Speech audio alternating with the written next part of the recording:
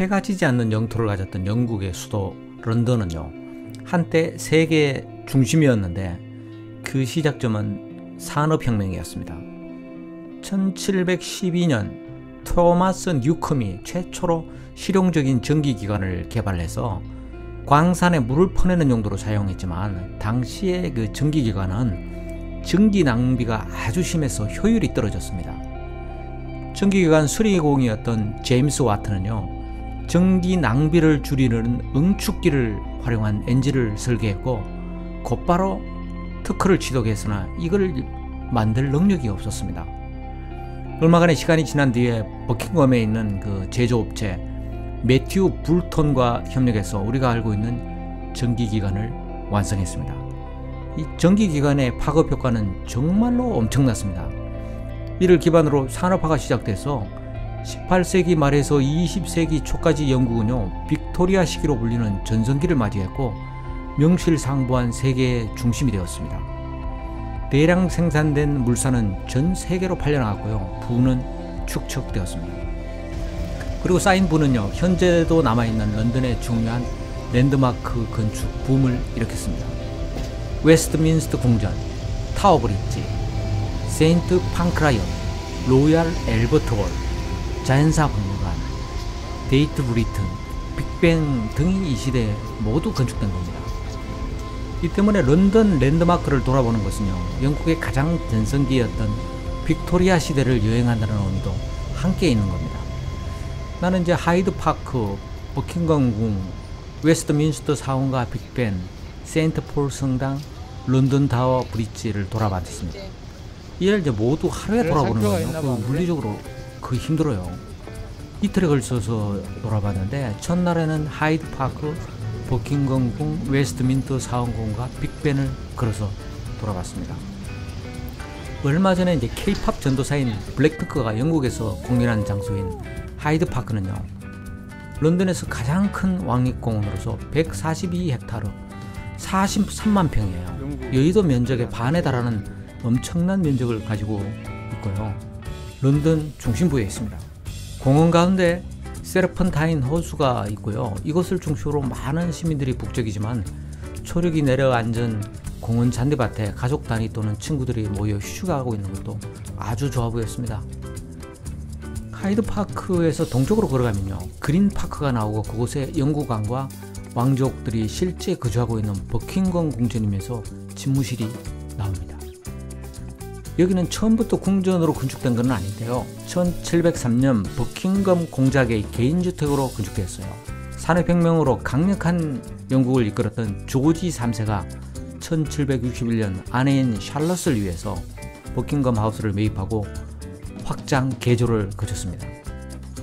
조지 3세의 손녀로 이곳에서 성장했던 빅토리아가 1819년 왕으로 즉위하면서 영국 왕실 주거지가 된 이래 지금까지 왕궁으로 사용되고 있습니다.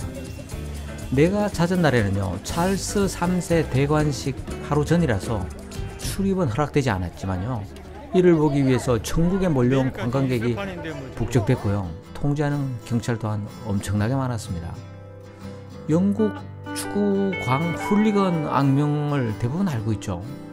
비록 좀 폭력적인 행동으로 비난을 받기도 하지만 영국인의 피 속에는 열광하는 DNA가 흐르고 있는 것 같아요. 이러한 현상이 괜히 생긴 것은 아니라는 생각을 즉위식을 보기 위해 텐트에서 노숙하면서 기다리는 사람들을 통해서 유추해 볼 수 있었는데요, 이는 역사에서 기인한 듯 했습니다. 영국의 역사를 아주 짧게 내 맘대로 한번 정리해 봤습니다.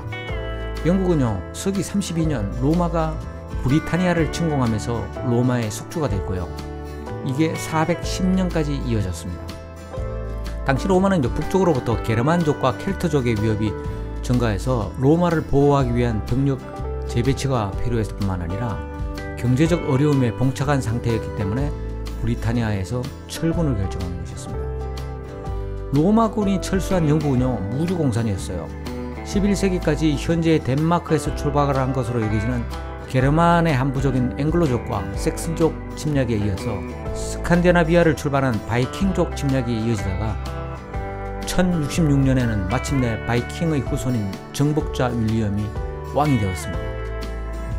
11에서 15세기까지 영국은요, 프랑스와 백년 전쟁을 비롯한 혼란기를 거쳐서 종교개혁과 르네상스를 경험한 뒤에 18세기에는 산업혁명을 통해서 강국으로 변신했습니다. 19세기에는 마침내 빅토리아 시기로 불리는 대영 제국의 전성기를 맞이했죠. 오랫동안 영국은 잉글랜드 지역만을 지배했고요. 1707년 스코틀랜드를 통합하고 1801년에 북아일랜드를 통합하면서 지금의 모습을 하고 있습니다. 통합을 일으켰으나 지역 간의 갈등은 언제나 잠재했죠. 지금도 있어요. 입헌 군주제로 권력이 없는 영국의 왕실은요, 이런 지역 갈등을 통합하고 대영 제국으로 묶는데 긍정적인 역할을 하고 있습니다. 왕실은 영국인 대부분으로부터 사랑을 받고 영국의 상징으로 여겨서 자랑스럽게 생각합니다. 그렇다고 해서 대관식이 뭐 그리 대단하다고 텐트에서 노숙해 가면서 기다리는지 이해하기는 상당히 힘들었어요. 하지만 우리나라도요, 외국인 입장에서 도저히 이해하지 못할 행동들이 있었습니다. 누가 시킨 것도 아닌데 자발적으로 빨간 옷 입고 광화문에 모여서 월드컵에 열광하는 것을 바라보는 외국인들은 정말 이상한 국민이라고 여기지 않았겠어요. 국왕의 존재가 분열을 봉합하고 하나로 묶는 결정적 구심체 역할을 한다는 사실을 알고 나니까 노숙해가면서 열광하는 모습을 조금은 이해할 수 있었습니다. 템즈강을 가로지르는 웨스트민스터교 중앙에서 남쪽으로 바라보면요, 멋진 광역이 눈으로 들어옵니다. 시계탑으로 유명한 빅벤과 영국 의회 건물로 사용되는 웨스트민스터 궁입니다. 내가 여행할 당시는 불행히도 이 두 곳 입장이 허락되지 않았는데요, 바라보는 것만으로도 가슴이 꽉 차는 벅찬 느낌을 받을 수 있었습니다. 빅벤은 엘리자베스 타워로도 불리는 웨스트민스터 궁 시계탑으로요, 1859년에 완공되었고 높이는 96m인 종탑이기도 합니다. 꼭대기에는 사면에 시계가 있고 종탑으로 운영되는 만큼 시간마다 종소리로 시간을 알려줍니다. 유럽의 많은 종탑이 한때 감옥으로 사용됐듯이 빅벤 또한 한때 감옥으로 사용됐습니다. 빅벤이 있는 지역은요, 웨스트민스터라고 하는 지역으로 예로부터 이곳은 런던의 정치와 종교 활동의 중심지 역할을 해왔어요. 이 때문에 상하원 의회가 있는 건물은 웨스트민스터 궁으로 불리고요, 찰스 3세가 대관식을 거행한 성당은 웨스트민스터 사원으로 불리는데 두 건물은 길 하나를 사이에 두고 바로 옆에 있습니다. 웨스트민스터 궁과 사원은 11세기에 독실한 기독교 신앙을 가졌던 참회왕 에드워드가 건축한 것으로요, 여러 번 재건축된 겁니다. 템즈 강변에 위치한 웨스트민스터 궁은요, 뾰족하게 하늘을 찌릿한 건물의 특징을 가진 고딕형 건물로요, 정교한 디테일을 자랑하지만 입장이 허락되지 않아서 가까이 볼 수는 없었습니다. 같은 시기에 건축된 웨스트민스터 사원은 1066년 바이킹의 영국 지배를 시작한 윌리엄 대관식 이래 대다수 군주의 대관식 장소로 사용됐는데요, 이번에 즉위한 찰스 3세도 대관식이 여기에서 열렸습니다. 군주가 성공의 사원에서 대관식을 거행하는 이유는요, 신이 한 개인에게 권능을 부여하는 신탁의 행위로 인간의 힘으로 거역할 수 없는 것임을 공포하는 것과 동시에 정치와 종교가 한 몸임을 천명하는 것이라고 볼 수 있습니다. 두 번째 날에는 세인트폴 대성당과 런던 타워 브릿지를 돌아봤어요. 세인트폴 대성당은요, 604년 처음 건축한 후 개조되고 재건축되고요, 1666년 런던 대화재로 파괴되고 난 다음에 1697년에 다시 등장한 이래 현재에 이르는 영국에서 가장 큰 성당입니다. 바티칸 성 베드로 성당 돔에서 영감을 받은 돔 꼭대기에는요, 십자가가 있고 아름다운 모자이크를 보유하고 있습니다.